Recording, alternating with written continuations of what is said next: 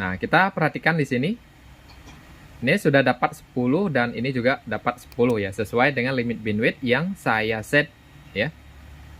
Nah, sekarang kita coba lihat dulu topologinya teman-teman. Jadi dari ISP1 kita mendapatkan alamat IP gateway 101 dan juga dari ISP kedua kita juga mendapatkan IP gateway-nya di 101. Nanti posisinya untuk Ethernet 1 ke port yang satu dan Ethernet yang kedua untuk port yang kedua ya dari ISP masing-masing. Kemudian untuk 34 ini kalian bisa group ya, bisa di bridge seperti itu.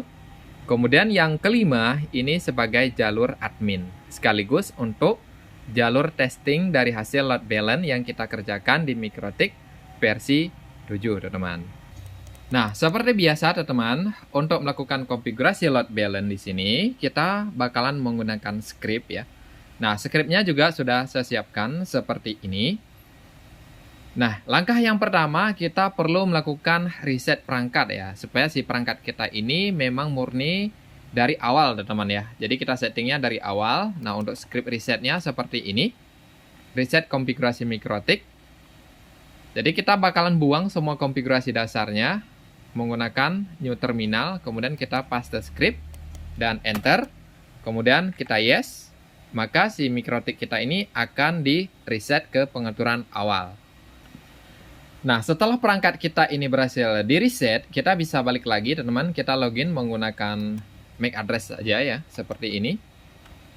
Kemudian untuk loginnya ya, di sini kita enter aja admin, passwordnya kita kosongkan aja teman-teman, kemudian kita connect. Nah, pada tahap ini kita diminta untuk membuat password baru, kita buat aja admin ya. Kalian usahakan password yang bagus teman-teman ya, yang tidak mudah ditebak sama orang seperti itu. Kemudian ini kita close saja dulu teman-teman ya, supaya bersih. Nah, langkah selanjutnya yaitu kita bakalan membuat konfigurasi nama Ethernet ya teman-teman ya, supaya yang di bawah nanti akan sesuai dengan script yang sudah disiapkan ini. Konfigurasi nama Ethernet.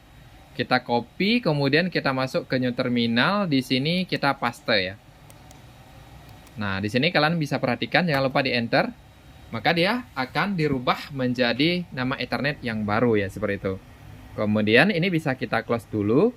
Kita lanjut lagi dengan konfigurasi DHCP client ya, untuk mendapatkan alamat IP ya, beserta alamat IP gateway-nya dari si server yang kita gunakan teman-teman ya. Kita masuk lagi ke new terminal, kita paste di sini, enter. Nah, ini sudah mendapatkan alamat IP gateway ya. Yang ISP1 101, yang kedua juga sama, 101. Nah, berikutnya lagi kita bakalan membuat konfigurasi DNS servernya teman-teman ya. Ini di copy aja. Kita bisa lihat di DNS ya. Kemudian kita jalankan scriptnya. Enter. Oke, DNS-nya juga sudah masuk. Ini bisa di close. Kemudian kita lanjut lagi dengan address list untuk IP lokal. Ini bisa disesuaikan dengan alamat IP lokal yang bakalan kalian pakai teman-teman ya. Nih untuk contoh di sini saya pakai yang default aja ya, sesuai dengan konfigurasi yang bakalan saya kerjakan. Nanti kalian bisa rubah di sini ya, disesuaikan dengan IP lokal kalian masing-masing teman-teman. Kita copy. Kita bisa lihat di firewall address list. New terminal, paste lagi. Nah, ini sudah masuk datanya teman-teman ya. Nah, langkah berikutnya kita bakalan membuat konfigurasi NAT, yaitu masquerade ya. Kita buat global aja, 1 untuk 2 ISP seperti itu. Firewall NAT ya, seperti ini. Kita new terminal, kemudian paste lagi di sini. Nah, ini sudah masuk ya. Bisa kita close. Kita lanjut lagi dengan routing table ya. Nah, inilah kelebihan dari si versi 7 teman-teman ya. Jadi si routing table ini tidak otomatis masuk. Jadi kita harus buat ya. Kita buat dulu routing table-nya. New terminal. Kemudian kita paste di sini ya. Kita bisa lihat juga di routes. Nah, di sini ya. ISP1. Jadi kita enter sekali lagi ya teman-teman ya, supaya masuk kedua routing table yang barusan kita buat ya.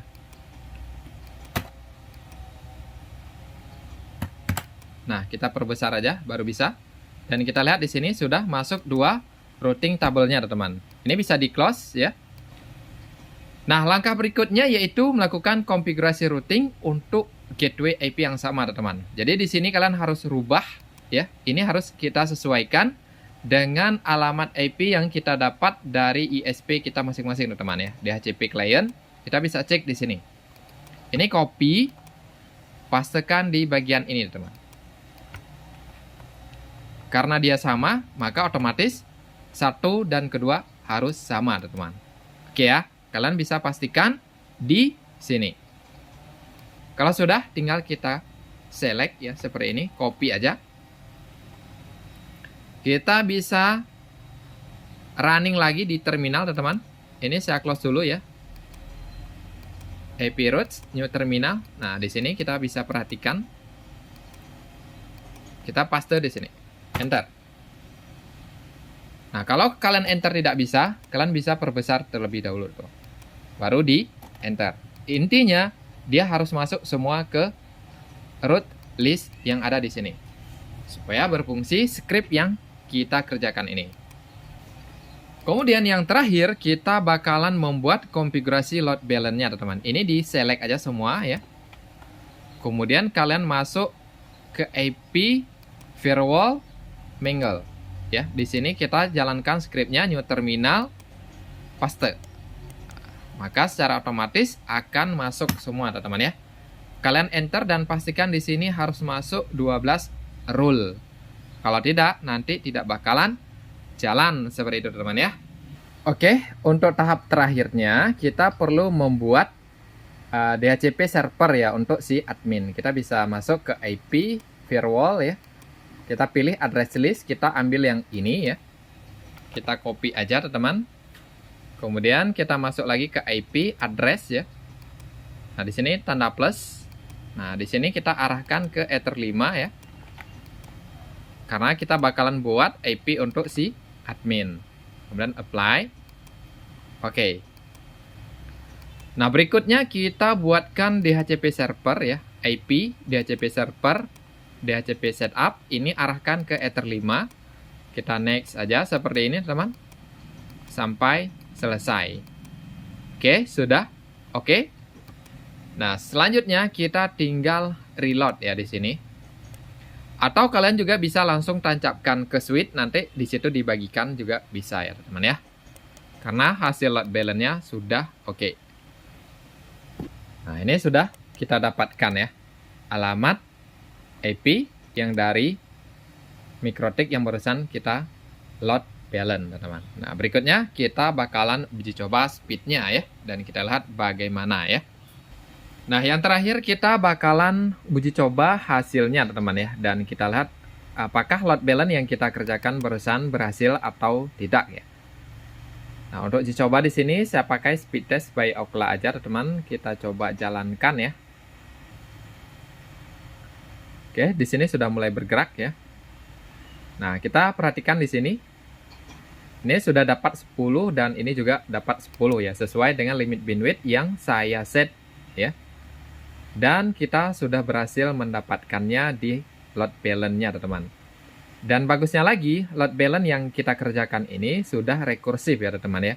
Jadi ketika ada ISP1 mati, dia bakalan berpindah ke ISP2. Begitu juga sebaliknya ya. Nah, sekarang saya bakalan matikan ISP yang ke-1 ya. Dan kita lihat apakah dia bakalan pindah ke ISP kedua.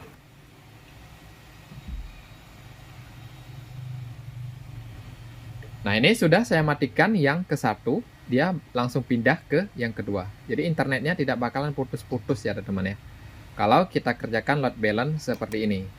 Dan ini cukup bagus sekali untuk meningkatkan performa jaringan di server kalian teman-teman. Ini hanya satu yang aktif. Begitu juga ketika ISP kedua mati, dia bakalan pindah ke yang ke-1. Nah, kalau kalian butuh script load balance ini, link downloadnya di bawah ya teman-teman ya. Semoga terbantu dan sampai jumpa di next video.